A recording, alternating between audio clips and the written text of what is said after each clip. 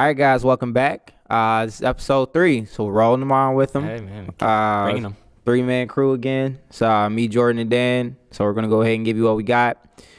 So, of course, this is our super segment, so we're going to go ahead and go over this episode of Super. I think it was a little bit special, but Jordan, let's go ahead and get that recap on that one, though. All right. So what happened in this episode of Super?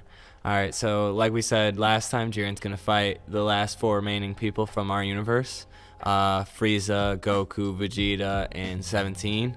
So the episode starts off that Goku, Vegeta, and 17 are basically ganging up on Jiren, and Jiren also did a little power-up thing. What that actually meant for his power, I don't know. It was so strong. We felt it from away from the battlefield. I know. I felt it, but then it looked like he was doing the same thing he was doing anyway. So whatever. Anyway. So they're fighting them. Goku comes up with the genius plan of, if we catch him off guard and hit him really, really hard. Nah, 17. No, yeah, 17 did it, and then Goku's like, oh, I realized how to beat him. So 17, what happens is he ends up being able to hit Jiren with a really hard blast in the back. Pause. Anyway, so he hits him with a really hard blast in the back, and he couldn't get away from his own attack, and it sends him flying and hurts him himself. And then Goku comes up with the plan is, if me and Vegeta distract him and you hit him really, really hard, we might be able to hurt him. So we go into that. They try to do it again. Jiren's like, I'm not falling for that twice.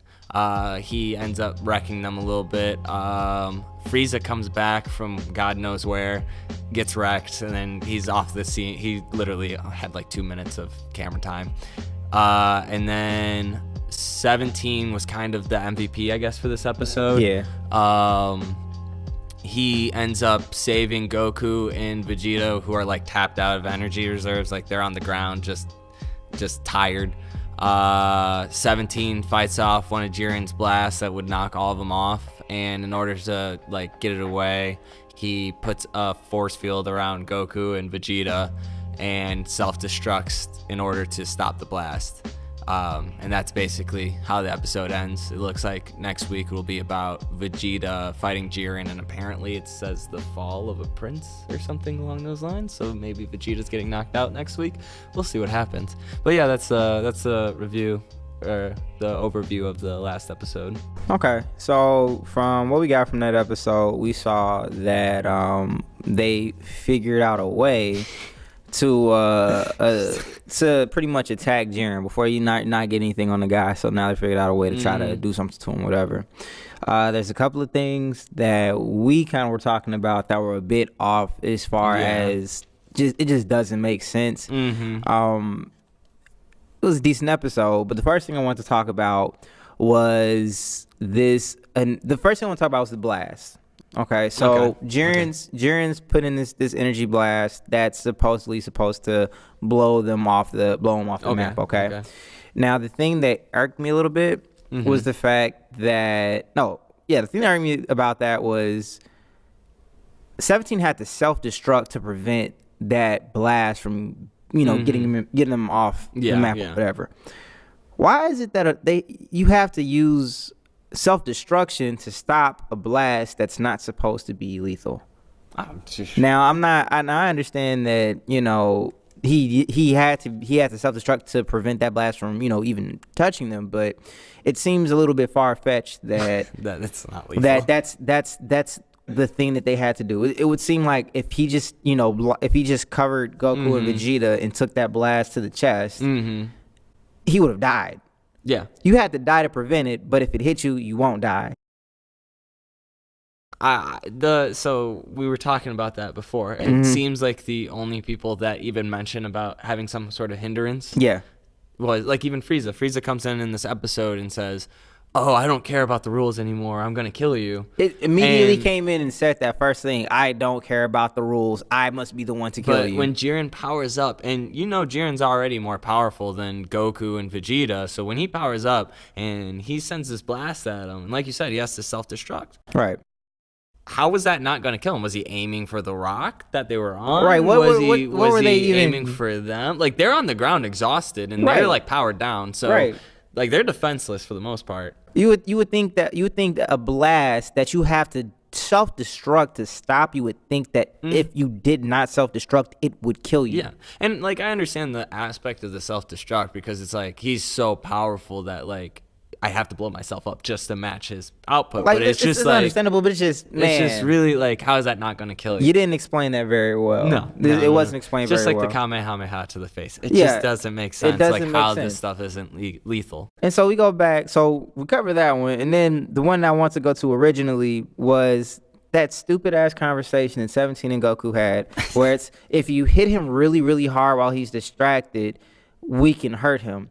First of all, what are y'all doing when all three of you are fighting him? Are y'all all throwing the same punch in the same area? Like, that's the purpose of jumping somebody. So you're supposed to get him off guard. Right, so you're getting him off guard. So are y'all just, the whole series, have y'all been jumping people incorrectly? You guys need to go on the streets of Chicago, see how you can properly jump somebody. Like, they really don't know how to properly fight somebody. It's 3 against 1. Somebody should have hit him in the dick. Somebody should have hit him in the back of the ear. And somebody's fighting him face up. Poke him in the eye, those big old eyes. Like, what are you doing? Oh, we just figured this out now. Like, I don't know. Like, my thing is, like, if you have a 3-on-1, you know, isn't it common sense that you're going, like, someone's distracting, someone's going for, like, a fatal blow. Like, I think that's common sense. The fact that Goku, and the way he said it, I don't know it verbatim, like, how it was translated, but the way he said, you could have said it so much smarter. Like, maybe like, hey, we'll distract him. You keep going for those hits, right? Or something along those lines. Maybe it was like it could have been translated better. I hope it was. I really, really hope it was. Yeah, like because it just sounded stupid. Like, okay, we're gonna distract him, and then you hit him with really hard blasts. Yeah, he's like, I figured out how to beat him. I'm like, oh crap, Goku's thinking. Like, what is he about to come up with?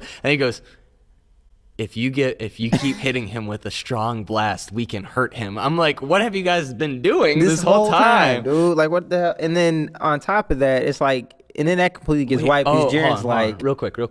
Do you remember? Did you ever see the Cooler movie, The Revenge of Cooler, when he's metal? Yeah. So, Team 4-Star made fun of him because they're like, what they say? They're like, oh, we figured out how to beat these robots, the ones that Piccolo, Gohan, and Krillin are fighting. Like, if you focus all your energy into one point of your punch and hit them, you can beat them.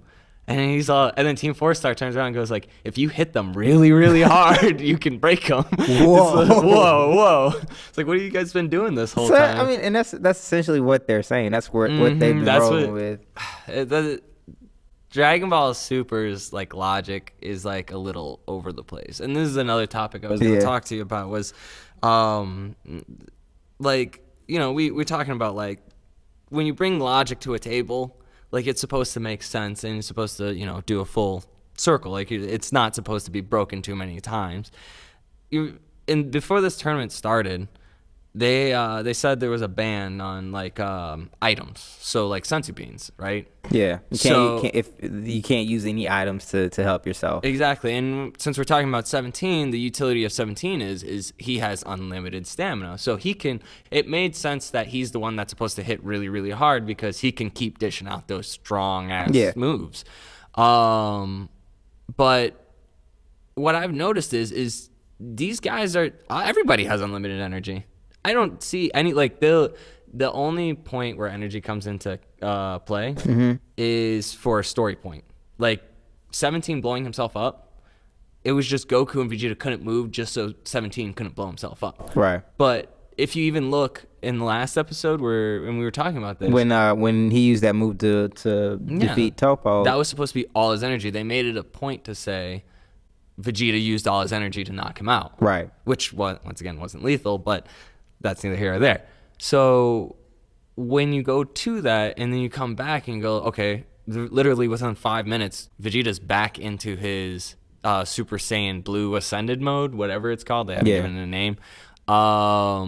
He just jumps right back into it. And it's like there's no stamina issues. And Goku, it's funny because Jiren's been the one that's kind of been commenting on the dumb assery that's been happening. So Jiren's like, you're not gonna be able to defeat me with those wounds. Yeah, you know, he says it's like, and Vegeta's like, oh, screw that. I don't care. I'm gonna, you know. And then also when they were doing that sneak attack when 17 was the second time 17 was trying to hit him with that ki blast, Jiren essentially stopped it and he was like, I'm not gonna let that happen again. Yeah. And so it's just, Jiren's out here just completely wiping the damn story. Like, he's so strong, he breaking the fourth wall. Like, damn, okay. He knows where we're coming from. Right. Jiren, I don't know, like I said, and that's what blows my mind is Dragon Ball Super did such a great job building up Jiren's character. He says what we're thinking. Yeah. He sits there, says what we're thinking, and then they just come back with Goku and Vegeta or whatever, and just breaks the logic that they just built up. You know? And one thing that I was gonna note is, like you said, like the wounds and all that. 17, his utility was and 18 where they don't run out of energy. Right. So when he blows himself up, and Goku and Vegeta get right back up, and now they can go on their Super Saiyan Blue Kaioken. We took even just for a moment of rest. Yeah. That's not enough. That's not enough time, bro. In Dragon Ball Z, they proved that that's not enough. Yeah. So. Like that's what the point of senzu beans were. Right.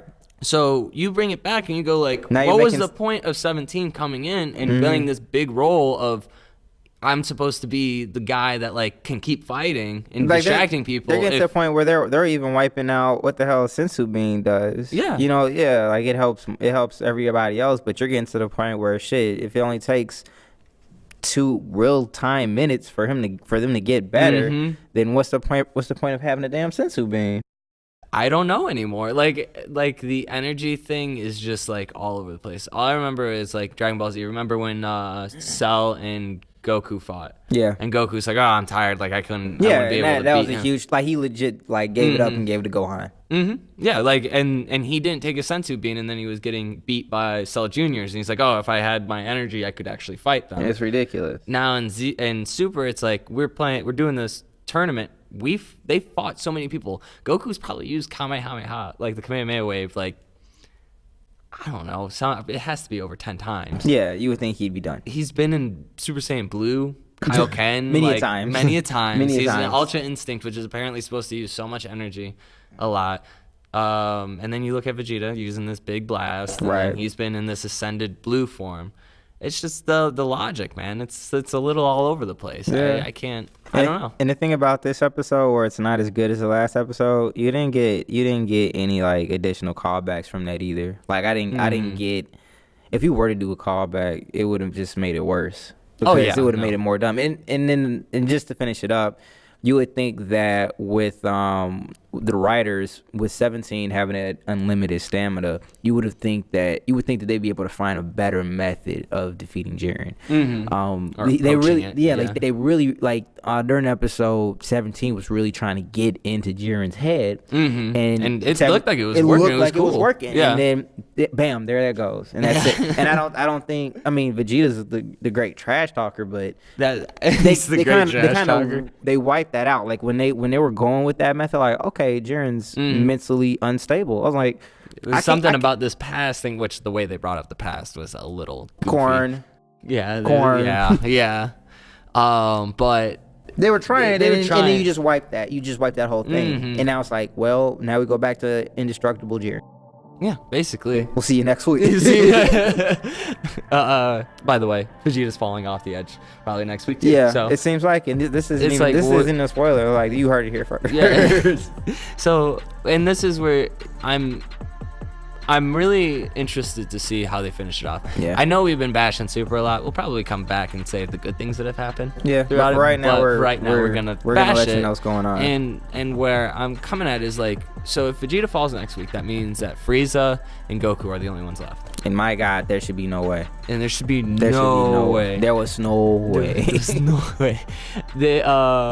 And what makes me sit there and like really question is Jiren hasn't really been trying that hard. Like, he powered up, but he hasn't been using moves. He doesn't look like Topo just throwing out like a Kai Blast or anything like that. He's not wasting a lot of energy. Even during the tournament, he's the only one that actually sat there and rested when he was doing this like little meditation thing. Yeah. So if Goku goes back and fights him, whether it goes in Ultra Instinct or whatever, that's going to be a really hard point to sell for Super. It'll be a stretch. Yeah, it'll be a real big stretch. Yes, stretch. Armstrong. All right, guys. We'll be back. All right.